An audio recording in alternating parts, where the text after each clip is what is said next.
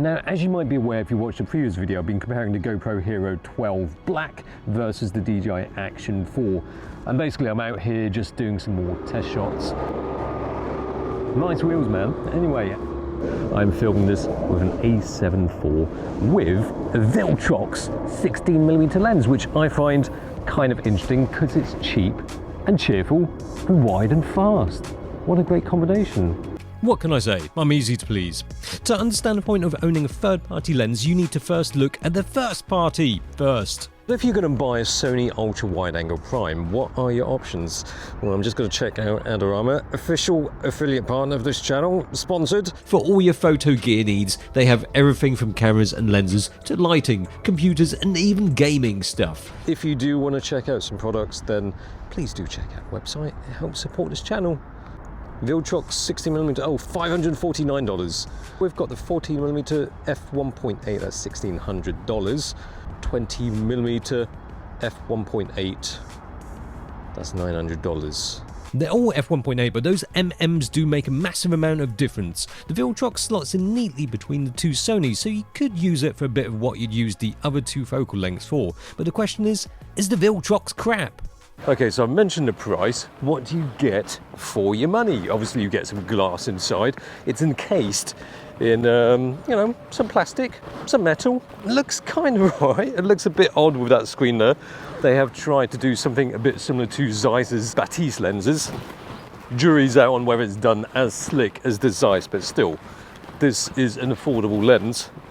And it's got more information than the Zeiss lens. But when you're looking at it, there's no denying that this is an affordable lens. I mean, maybe it's just the lens snob in me coming out. There's nothing particularly wrong with it. It's solid enough. It just looks like it was probably designed by an accountant. Like, what's with these function buttons? Why are they conjoined? Why does it look like it comes from a waterproof product? The screen on the lens, why does it have to be perfectly flat? Why can't it follow the curvature of the barrel? And don't even get me started on the hood. It's plasticky and it swivels at the slightest of touch, then it ends up getting in the frame and it ruins your shot. Leave it out, it's a $550 lens after all. Alright then. Anyway, don't diss the plastic. Sony's fancy lenses are encased in fancy plastic. Even the filter thread. Still, they're solidly done and it makes them lightweight. The Viltrox is kinda hefty with its metal barrel and 15 elements of glass. Oof! When it comes to image quality, it's really quite good. Even wide open, it's nice and sharp in the center bits. And I'm not just saying this in terms of a cheap lens, but any lens. It's sharp, it's good.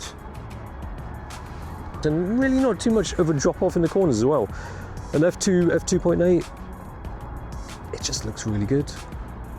Really nice. f1.8 does show quite a bit of vignetting, which becomes not so much of a problem by f2.8, and is starting to look really nice in the center portions, and pretty good all over too. But it's at f4 to f5.6 where you'll get the optimum performance. But this is with all of the in-camera lens compensation switched off, and distortion is looking quite low for an ultra-wide, and no visible chromatic aberration. Low ghosting and flaring when pointing at the sun too.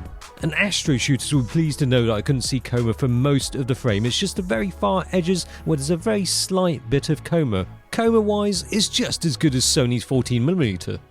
It's a good lens for video as well. You can declick the aperture ring. That's on click. Not too loud already. And then declick.